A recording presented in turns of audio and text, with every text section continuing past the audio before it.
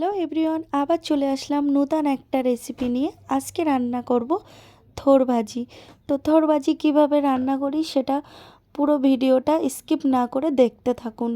প্রথমে উনানে একটা কড়াই বসিয়ে দিলাম, তাতে তেল দিলাম। তেলটা একটু গরম হলে তারপরে পেঁয়াজ দিয়ে দেবো, দিয়ে ভালোভাবে নাড়াচাড়া করে নেব।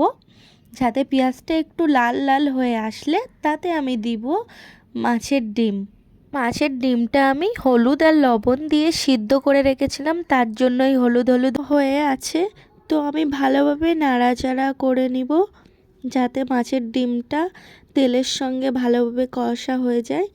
তো আমার কষানো হয়ে গেলে আমি থোড়টা যে ধুয়ে রেখেছিলাম সেটা আমি দিয়ে দিব। তারপরে মশলার সঙ্গে ভালোভাবে নাড়াচাড়া করে ওটা মিশিয়ে নেব।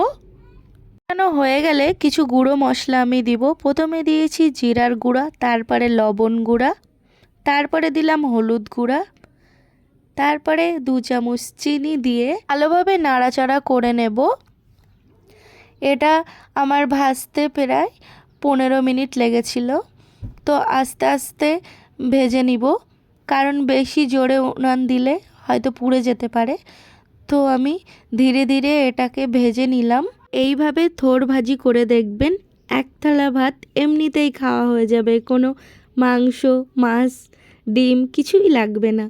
তো আমার থোড় ভাজি প্রায় কমপ্লিট। যদি আমার রান্নার ভিডিওটা ভালো লেগে থাকে তাহলে সাপোর্ট করে পাশে থাকবেন। সবাই সুস্থ থাকবেন, ভালো থাকবেন। আল্লাহ হাফেজ।